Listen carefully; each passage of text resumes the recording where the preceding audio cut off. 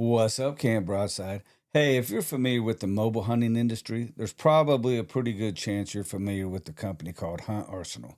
Well, we're excited to have Mr. Alex Rewa from Hunt Arsenal joining us tonight. We're going to talk about what it's like to get into a company like that, what it's like to help it grow. We're going to talk about his 2025 deer season and the buck he put on the ground. So, without further ado, please help me give a big old Camp Broadside welcome to Mr. Alex Rewa. Troy's talking about the 10-point miss. Swears it was close, but it don't sound like it. Brandon's grinning, bragging about his dope. Bartlett's spike, well, we all know it's blood trails and bucktails. Round the fire where the whiskey sails. Every heart's a story, every shot's a chance. What's your story to tell? What's your... I'm telling you, that shit was the craziest thing I ever seen.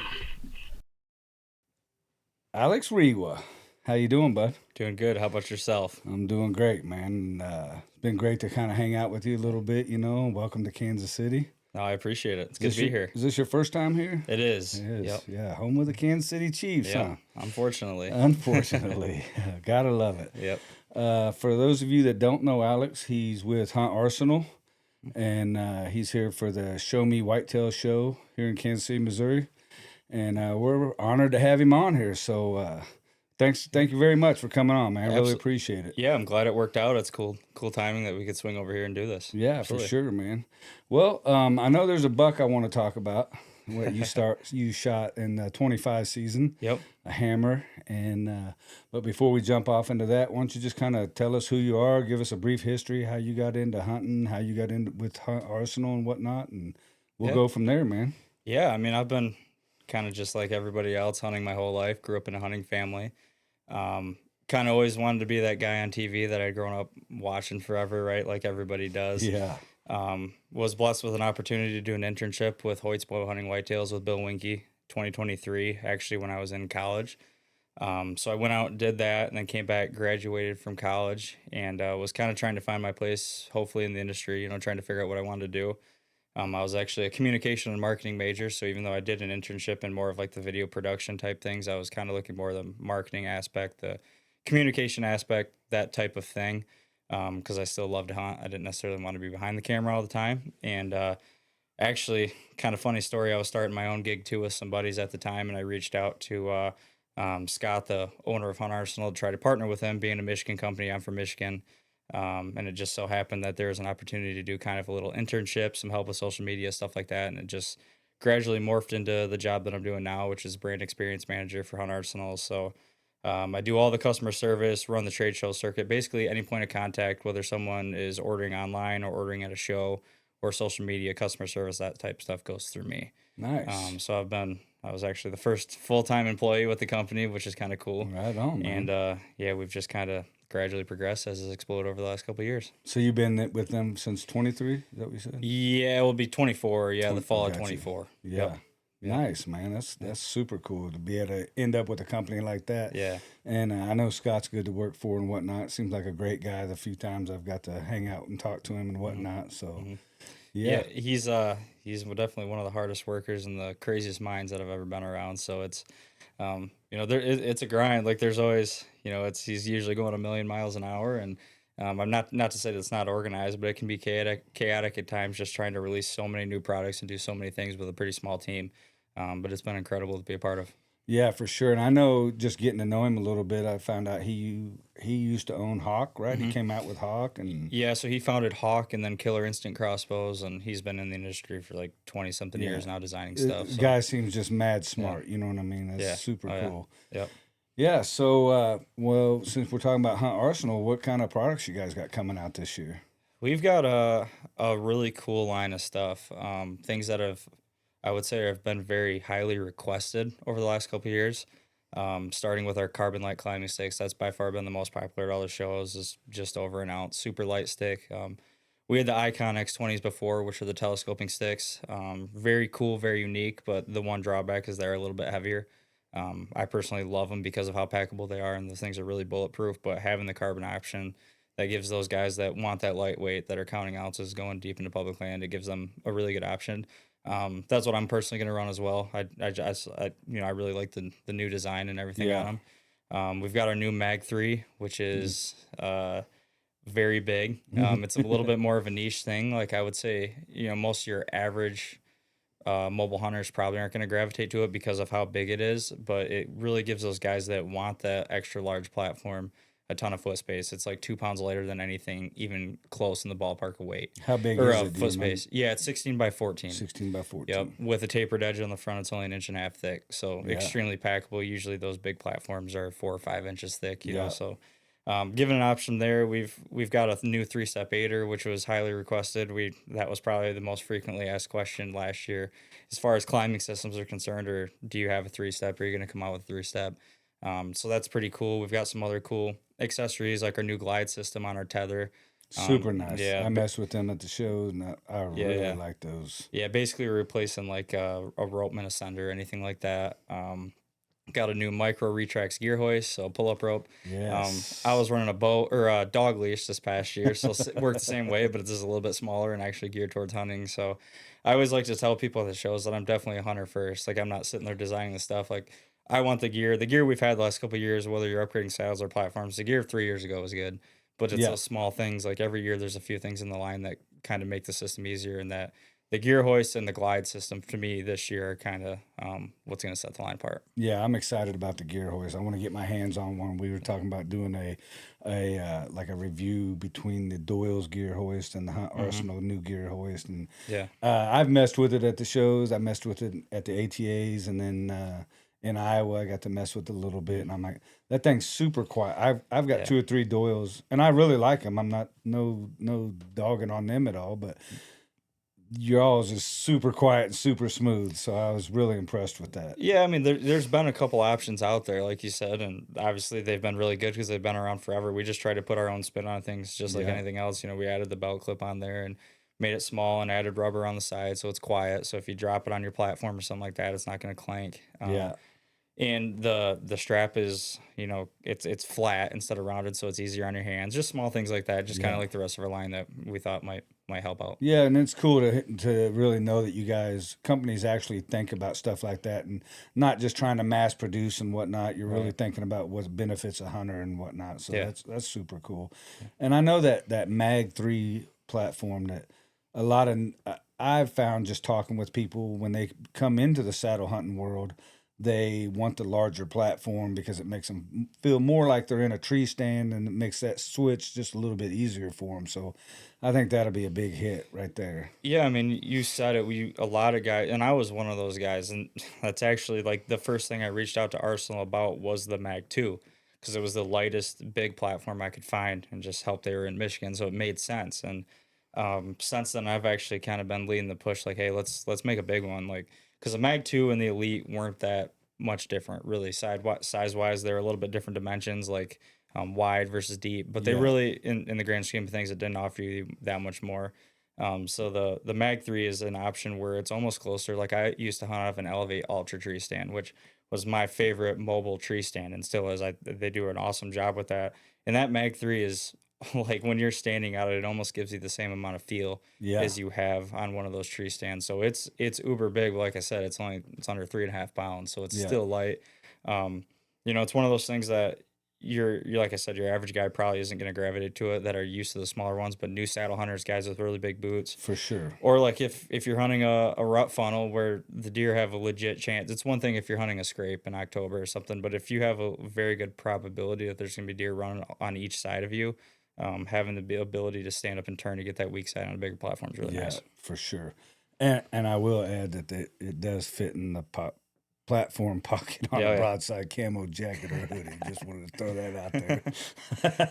That's very important, Absolutely. So if you're gonna have saddle hunting clothes, you got to be able to you got to make sure it fits. Absolutely. You know what I mean? Yep. If it don't fit, you must have quit. I think I heard that somewhere before, but anyway, so you guys got a lot of new stuff coming up, and I know that's super exciting for y'all.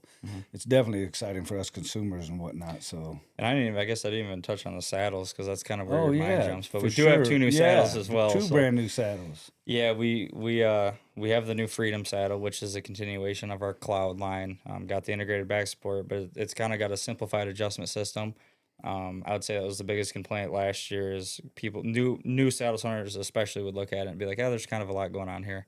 So we were able to simplify that down to just 2 adjustments. We have that new glide adjustment system on it, so it's super intuitive, easy to adjust. And then we've got the new transport mode as well, so the saddle can fold up basically in half. So when you're walking in, you don't have that bigger panel. I know that was a big thing for early season or guys down south. Maybe just a little warm when you're walking in because there's a lot of coverage with that big of a saddle.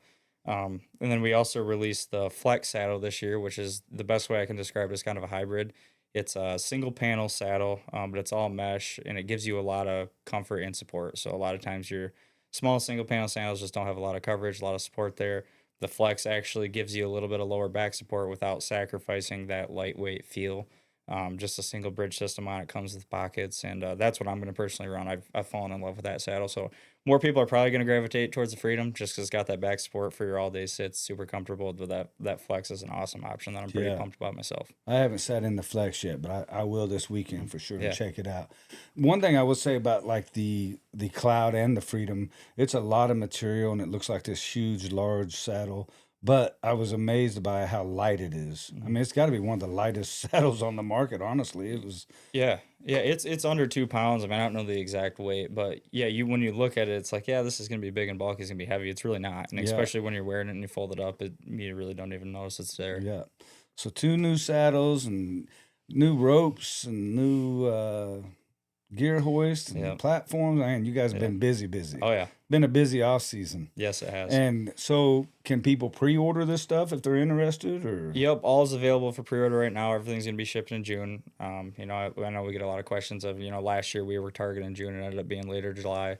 It's just one of those things where, yeah, everything's available for pre-order. We're on target for the beginning of June, and a lot of things are out of our hands when it comes to shipping times, but we're trying our butt off to get them. I mean, I like to tell people I don't even have them myself. Like I don't have any of the personal stuff. All of our prototypes are at the shows, so people can sit in them. So it's Right. not like, I'm waiting for them just like everybody else. Yeah. So, but yeah, it's going to be early summer, plenty of time for guys to practice with them.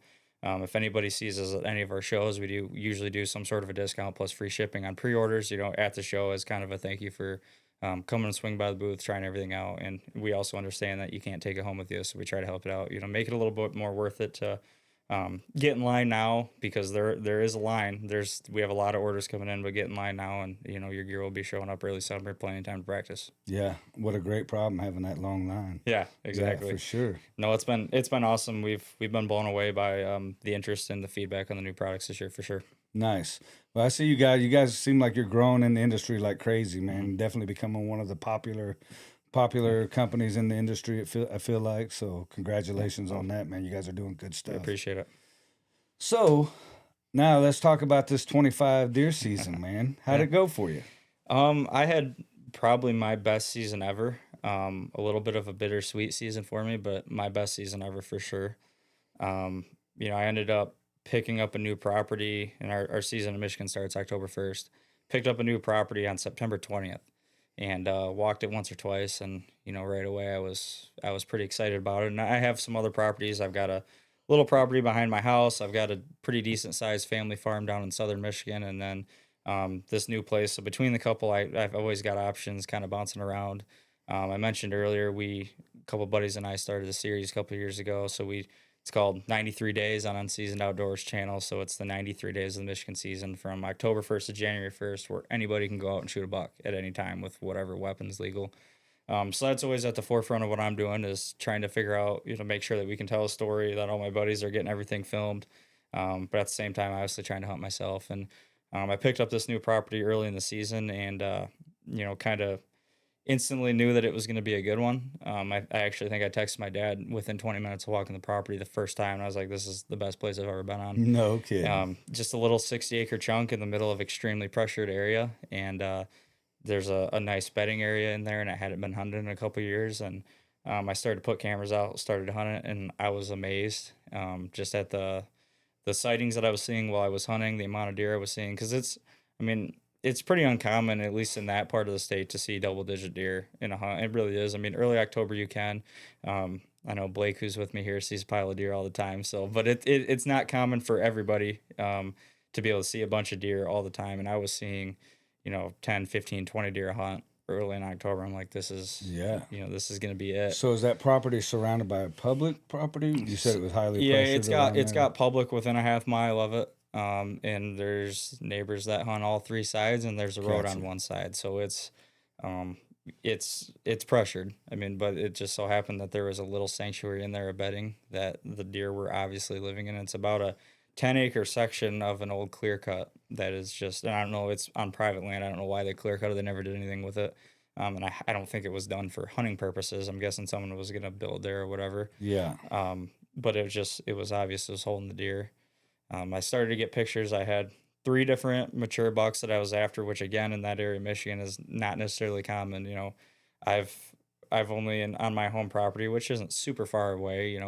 Within a half hour, we've only ever had a handful of actual mature deer, 4 and 5 year olds, and I had two or three of them that I was hunting, so that was pretty cool. And I had a couple targets, and one in particular that I was after, and ended up encountering him twice. Encountered him on the night of November 4th. Tried to rattle and grunt at him. He was way out in the clear cut, running other bucks off. He was this big, wide. He was a 9 point, and his main beams wrapped all the way together and like touched each other. Like I was described as only like he's almost like he ran into a brick wall in velvet. Yeah. Like just they came flat and almost touched each other. But I saw him that night, and I was instantly like, that's the deer I want to hunt. And I slipped back in there on November 6th in that same exact spot. And it was about a half hour after daylight. I looked down behind me, and sure enough, here he comes walking right through the thick boy. stuff to me. I actually had to turn, swing down, get the camera on him, turned around, shot him behind me, and I drew back, and I'm kind of ducking under stuff, and I'm like, okay, I can see my pin, can see the deer standing there, and let the arrow fly. What I didn't see, unfortunately, was a little twig hanging over the shooting lane, and sure enough, it was tracking really well. About halfway to the deer, it clipped that twig and turned back and hit him way back.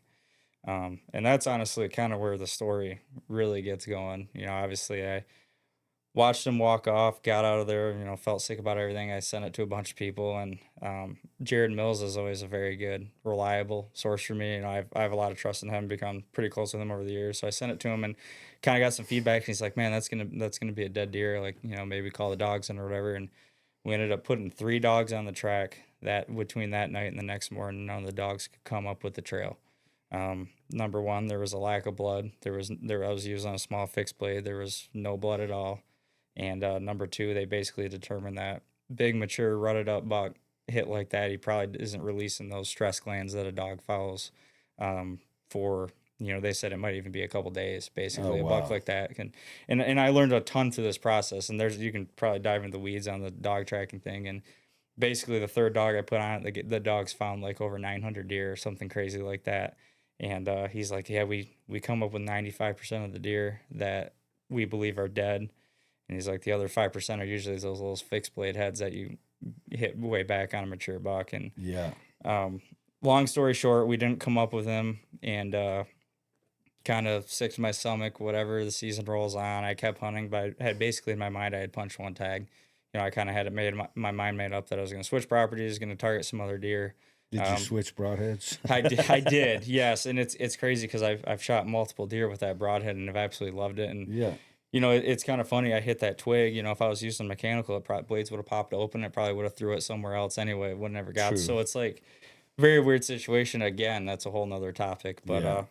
long Them story. damn twigs. Yeah. man, I Oh tell yeah. you. Yeah. It's one of They those save things, more deers. one of those things you learn, man. But yeah, I was actually sitting on deer camp on opening day of gun season. I hunted the morning, did not see a deer on opening morning.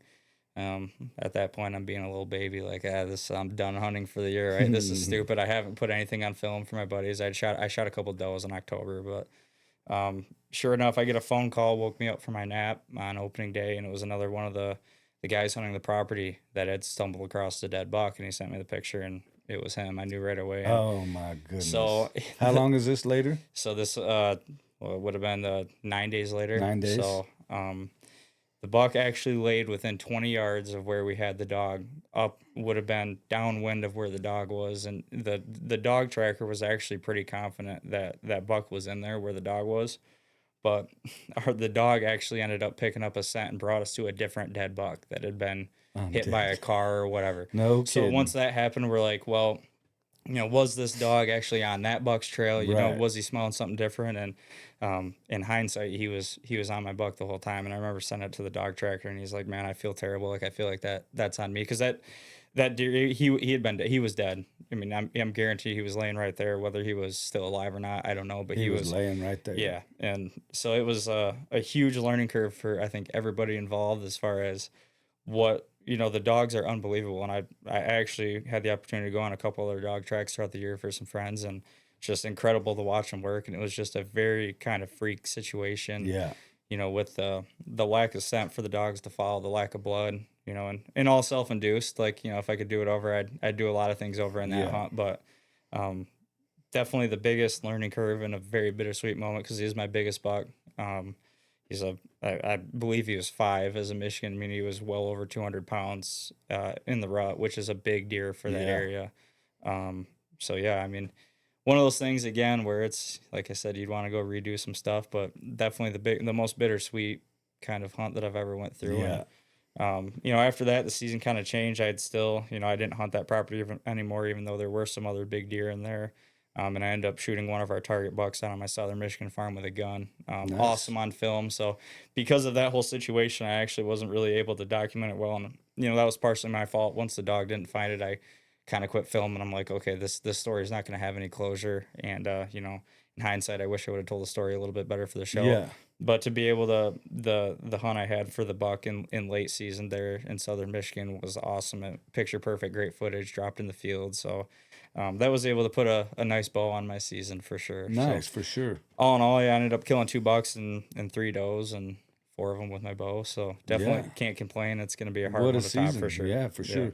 Now, how many bucks can you guys kill in Michigan? 2. 2. Yep. Can you kill them at any point during the Anytime. season? Yep. So you just get 2 antlerless tags. The second one's restricted, so 4 on a side.